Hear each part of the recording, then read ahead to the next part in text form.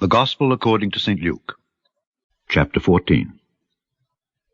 And it came to pass, as he went into the house of one of the chief Pharisees to eat bread on the Sabbath day, that they watched him.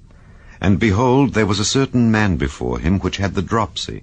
And Jesus answering spake unto the lawyers and Pharisees, saying, Is it lawful to heal on the Sabbath day? And they held their peace. And he took him, and healed him, and let him go, and answered them, saying, Which of you shall have an ass or an ox fallen into a pit, and will not straightway pull him out on the Sabbath day? And they could not answer him again to these things.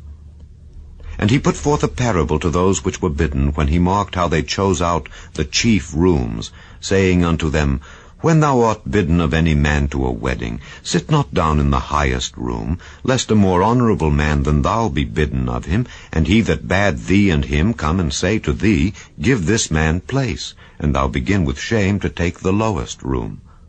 But when thou art bidden, go and sit down in the lowest room, that when he that bade thee cometh, he may say unto thee, Friend, go up higher. Then shalt thou have worship in the presence of them that sit at meat with thee. For whosoever exalteth himself shall be abased, and he that humbleth himself shall be exalted. Then said he also to him that bade him, When thou makest a dinner or a supper, call not thy friends, nor thy brethren, neither thy kinsmen, nor thy rich neighbors, lest they also bid thee again, and a recompense be made thee. But when thou makest a feast, call the poor, the maimed, the lame, the blind, and thou shalt be blessed, for they cannot recompense thee, for thou shalt be recompensed at the resurrection of the just. And when one of them that sat at meat with him heard these things, he said unto him, Blessed is he that shall eat bread in the kingdom of God. Then said he unto him, A certain man made a great supper, and bade many, and sent his servant at supper time to say to them that were bidden, Come, for all things are now ready.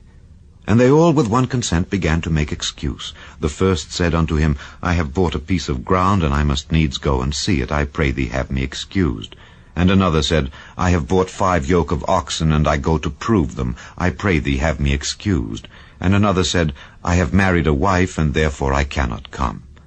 So that servant came and showed his lord these things. Then the master of the house, being angry, said to his servant, Go out quickly into the streets and lanes of the city, and bring in hither the poor, and the maimed, and the halt, and the blind. And the servant said, Lord, it is done as thou hast commanded, and yet there is room. And the Lord said unto the servant, Go out into the highways and hedges, and compel them to come in, that my house may be filled. For I say unto you, that none of those men which were bidden shall taste of my supper. And there went great multitudes with him. And he turned and said unto them, If any man come to me, and hate not his father and mother, and wife, and children, and brethren, and sisters, yea, and his own life also, he cannot be my disciple. And whosoever doth not bear his cross and come after me cannot be my disciple. For which of you, intending to build a tower, sitteth not down first and counteth the cost, whether he have sufficient to finish it? Lest haply after he hath laid the foundation, and is not able to finish it, all that behold it begin to mock him, saying, This man began to build, and was not able to finish. Or what king, going to make war against another king, sitteth not down first, and consulteth whether he be able with 10,000 to meet him that cometh against him with 20,000? Or else, while the other is yet a great way off, he sendeth an embassage, and desireth conditions of peace. So likewise, whosoever he be of you that forsaketh not all that he hath, he cannot be my disciple. Salt is good, but if the salt have lost his savour, wherewith shall it be seasoned? It is neither fit for the land, nor yet for the dunghill, but men cast it out.